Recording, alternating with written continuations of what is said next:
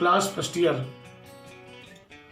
कल हमने दूसरा लेसन आधा पढ़ाया था आपको, बड़ा लेसन था इसलिए आधा पढ़ाया था और उसकी हिंदी दी थी। उसी के आगे से पूरा आधा लेसन फिर पढ़ा रहे हैं, ध्यान से समझिए।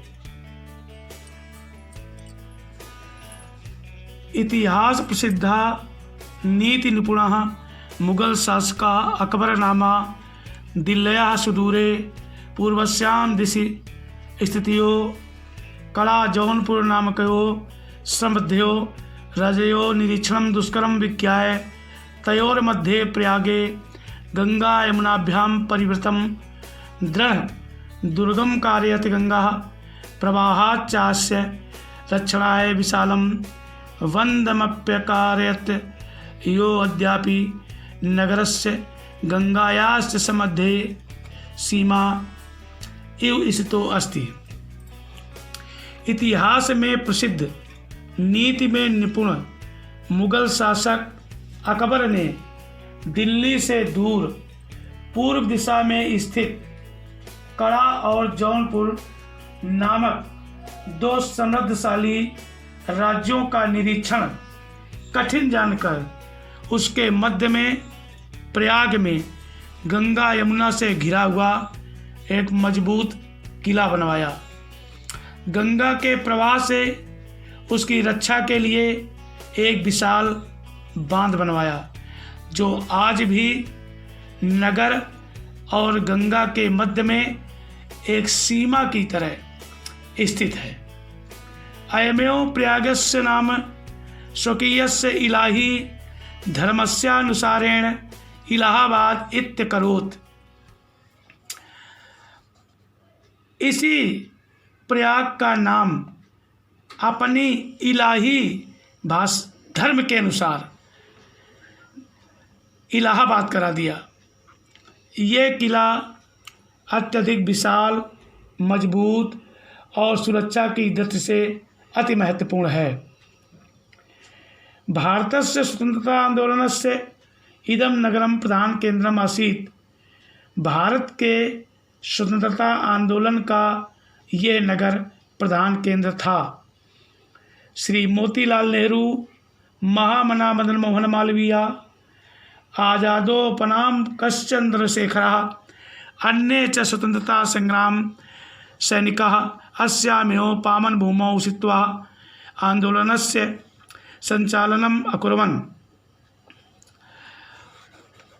श्री मोतीलाल नेहरू, महामना मदन मोहन मालवीय, चंद्रशेखर आज़ाद और अन्य स्वतंत्रता संग्राम सैनिकों ने इसी पावन भूमि पर बैठकर आंदोलन का संचालन किया। राष्ट्रनायकस्य पंडित जवाहरलालस्य इदं क्रीडास्थली कर्मभूमिस्य। राष्ट्रनायक पंडित जवाहरलाल नेहरू की एक क्रीडास्थली और कर्मभूमि है। राष्ट्रभाषा हिंदी प्रचारे संलग्नम हिंदी साहित्य सम्मेलनम अत्र स्थितम। राष्ट्रभाषा हिंदी प्रचार में संलग्न हिंदी साहित्य सम्मेलन यहीं पर स्थित है। अत्रयो च अनेक सहस्त्र संख्यई देश विदेश विद्यार्थिभिः परिवृतः विविध विद्या पारंगतैः विद्वद्वर्णीयैः उपशोभितः च प्रयाग विश्वविद्यालयः भरद्वाजस्य प्राचीन गुरुकुलस्य नवीनम रूपमिव शोभते।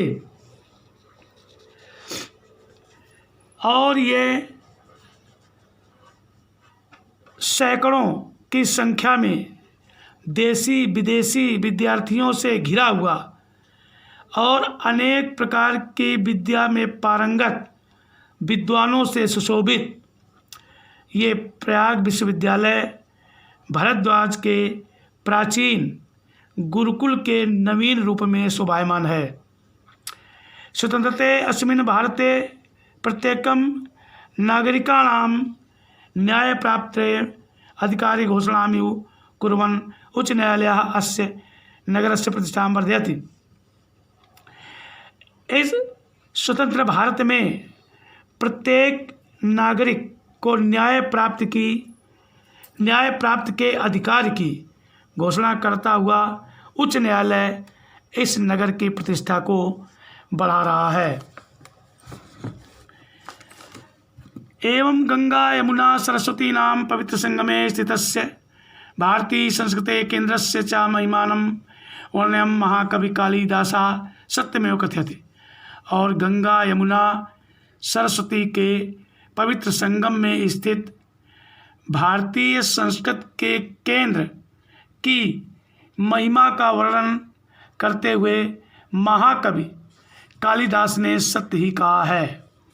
ये श्लोक है, समुद्र पत्न्योर जल सन्निपाते पूतात्म नामत्व किलाभिषेकता तत्वावबोधेन विना विभूयस तनुतजाम नास्ति शरीर बंधा। हिंदी में अनुवाद इसका श्लोक का है, समुद्र की पत्नियों अर्थात गंगा यमुना के पवित्र जल में पवित्र आत्मा वाले मनुष्य स्नान करके बिना तत्व ज्ञान के भी इस शरीर को त्यागने पर वो दूसरा शरीर धारण नहीं करते। या और सरल भाषा में, समुद्र की पत्नियों अर्थात गंगा यमुना के जल में स्नान करके पवित्र आत्मा वाले व्यक्ति बिना तत्व ज्ञान के भी अपना शरीर त्यागने पर दूसरा शरीर धारण नहीं करते या नया जन्म नहीं होता। इसको ठीक से तैयार कर लेना फर्स्ट ईयर क्लास से।